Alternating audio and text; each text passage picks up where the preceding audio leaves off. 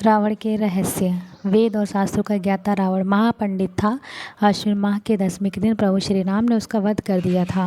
रावण का नाम दुनिया में कोई दूसरा आदमी कभी नहीं हुआ। कोई अपने बच्चे का नाम रावण नहीं रखता है। आओ जानते हैं रावण के बारे में ऐसे अनसुने रहस्य जो शायद ही आप जानते होंगे। नंबर 1, इन ग्रंथों के रचयिता रावण। रावण ने ही शिव तांडव स्तोत्र, रावण संहिता, 10 शतकात्मक, अक्र प्रकाद, 10 पटलात्मक, कुमारतंत्र नामक ग्रंथ लिखे हैं। यह कहते हैं कि रावण ने ही अरूढ़ संहिता, अंक प्रकाश, इंद्रजाल, प्रकाश, कामधेनु, प्रकट लंकेश्वर और रामायणी आदि पुस्तकों की रचना भी की थी। नंबर 2, खोजी बुद्धि थी रावण की। रावण हर समय खोज और आविष्कार को ही महत्व देना था। वो नए नए अस्त्र शस्त्र यंत्र बनवाता रहता था। कहते हैं कि वह स्वर्ग तक सीढ़ियाँ बनवाना चाहता था। वह स्वर्ण में सुगंध निकले इसके लिए भी प्रयास करता था। रावण की वेदशाला थी जहाँ तरह तरह के आविष्कार होते थे। खुद रावण ने उनकी वेदशाला में दिव्य रथ का निर्माण किया था। कुंभकर्ण अपनी पत्नी ब्रजवला के साथ अपनी प्रयोगशाला में तरह तरह के अस्त्र शस्त्र और यंत्र बनाने में ही लगे रहते थे, जिसके चलते उनको खाने पीने की सुध ही नहीं रहती थी। कुंभकर्ण की यंत्र मानव कला को ग्रेट इंडियन पुस्तक में विजार्ड आर्ट का दर्जा दिया गया है। इस कला में रावण की पत्नी धान्यमालिनी भी पारंगत थी। उल्लेखनीय है कि रावण की पहली पत्नी मंदोदरी ने ही शतरंज का आविष्कार किया था। नंबर 3, तपस्वी था रावण। रावण तपस्वी था। यह अपनी इच्छाओं की पूर्ति के लिए तप करता था। उसने तप के बल पर ही ब्रह्मा से वरदान मांगा था और उसने तप के बल पर ही सभी ग्रहों के देवताओं को बंधक बना लिया था। हनुमान जी ने ही शनिदेव को रावण के बंधक से मुक्त कराया था। नंबर 4, कई विषयों का ज्ञाता था रावण। रावण कवि, संगीत, वेदज्ञ होने के साथ साथ वह आयुर्वेद का जानकार भी था। रावण को रसायनों का भी अच्छा खासा ज्ञान था। माना जाता है कि रसायन शास्त्र के इस ज्ञान के बल पर उसने कई अचूक शक्तियाँ हासिल की थी और उसने इन शक्तियों के बल पर अनेक चमत्कारिक कार्य संपन्न कराए। हर व्यक्ति को जड़ी बूटी और आयुर्वेद का ज्ञान रखना चाहिए क्योंकि जीवन में इसकी उपयोगिता बहुत होती है। नंबर 5, रावण और महिलाएं। रावण को महिलाओं में बहुत रस था। रावण की पहली पत्नी का नाम मंदोदरी था जो कि राक्षस राज मायासुर की पुत्री थी। दूसरी का नाम धन्यमालिनी था और तीसरी का नाम अज्ञात है। ऐसा भी कहा जाता है कि रावण ने उसकी हत्या कर दी थी। रावण ने अपनी पत्नी की बड़ी बहन माया पर भी वासनायुक्त नज़र रखी थी। इसके अलावा रावण ने विष्णु भक्त तपस्वी वेदवती का शील भंग करने का प्रयास किया था, जिसके चलते उसने अपनी देह त्याग दी थी और रावण को शाप दिया था कि एक स्त्री के कारण ही तेरी मृत्यु। मान्यता अनुसार उस व्यक्ति ने सीता के रूप में जन्म लिया था। वाल्मीकि रामायण के अनुसार विश्व विजय करने के लिए जब रावण स्वर्गलोक पहुंचा तो उसे वहां रंभा नामक की अप्सरा दिखाई दी। कामातुर होकर उसने रंभा को पकड़ लिया। तब अप्सरा रंभा ने कहा कि आप मुझे इस तरह स्पर्श ना करें, मैं आपके बड़े भाई कुबेर के बेटे नल कुबेर के लिए आरक्षित हूँ, इसलिए मैं आपकी पुत्रवधू के समान हूँ।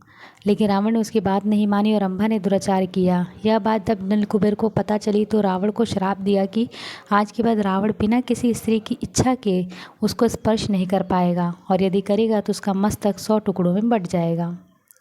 नंबर 6, रावण का शव। अगस्त 1971 में एक बौद्ध भिक्षु ने दावा किया था कि एक पर्वत शिखर पर बने सुदृढ़ किले में रावण का शव अपनी पूर्ण अवस्था में अब भी सुरक्षित रखा हुआ है। मान्यता के अनुसार रैंगला के भयानक जंगलों के बीच एक विशालकाय पहाड़ी पर रावण की गुफा है। रैंगला के इलाके में रावण की गुफा 8000 फुट की ऊंचाई पर स्थित है, जहां 18 फुट लंबे तांबू में रखा है रावण का शव। इस ताबूत के चारों तरफ लगा एक खास लेप, जिसके कारण यह ताबूत हजारों सालों से जस का तस रखा हुआ है। नंबर 7, रावण फिर से हो जाएगा जीवित। कहते हैं कि रावण की मृत्यु के बाद उसके अंतिम संस्कार की जिम्मेदारी विभीषण को सौंप दी गई थी, लेकिन लंका की राजगद्दी संभालने की जल्दी में विभीषण ने रावण के शव को वैसे ही छोड़ दिया था, जिसके बाद रावण के शव को नागकुल के लोग अपने साथ ले गए थे। नागकुल के लोगों को यकीन था कि रावण की मौत क्षणिक है और उन्हें फिर से जीवित हो जाएगा। उन्होंने रावण को फिर से जीवित करने के लिए कई बार कोशिश भी की, लेकिन उन्हें कामयाबी नहीं मिली, जिसके बाद उन्होंने रावण के शव को सुरक्षित रखने के लिए विभिन्न रसायनों का इस्तेमाल किया और उसी मम्मी के रूप में रख दिया। श्रीलंका के कई लोगों के बीच ये मान्यता है कि रावण एक दिन जिंदा होकर पुनः लौट जाएगा।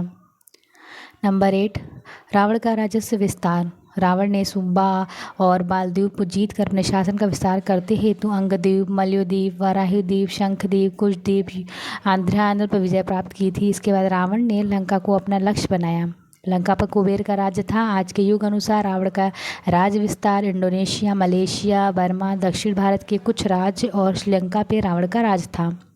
दरअसल माली, सुमाली और मलायम नामक तीनों दैत्यों द्वारा त्रिकुट सुबेल पर्वत पर बसाई लंकापुरी को देवों और यक्षों ने जीतकर कुबेर को लंकापति बना दिया था।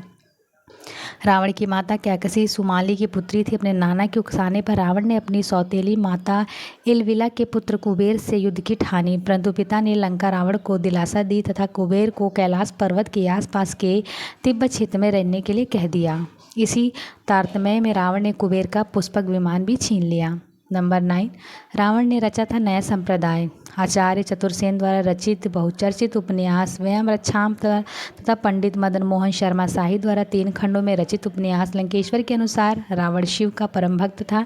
यम और सूर्य तक को अपने प्रताप झेलने के लिए विवश कर देने वाला, प्रकांड विद्यमान सभी जातियों को समान मानते हुए भेदभाव रहित समाज की स्थापना करने वाला था।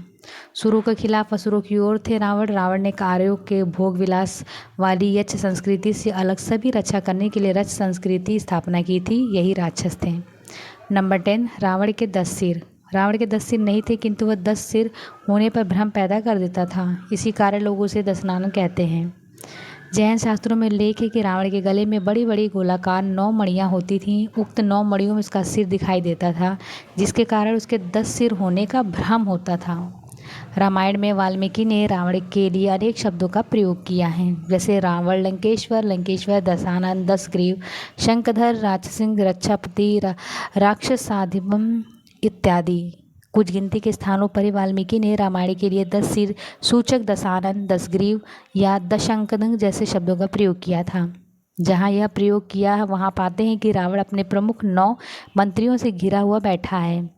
मतलब यह कि 9 रत्न परंपरा रावण से शुरू होती है। सम्राट अशोक के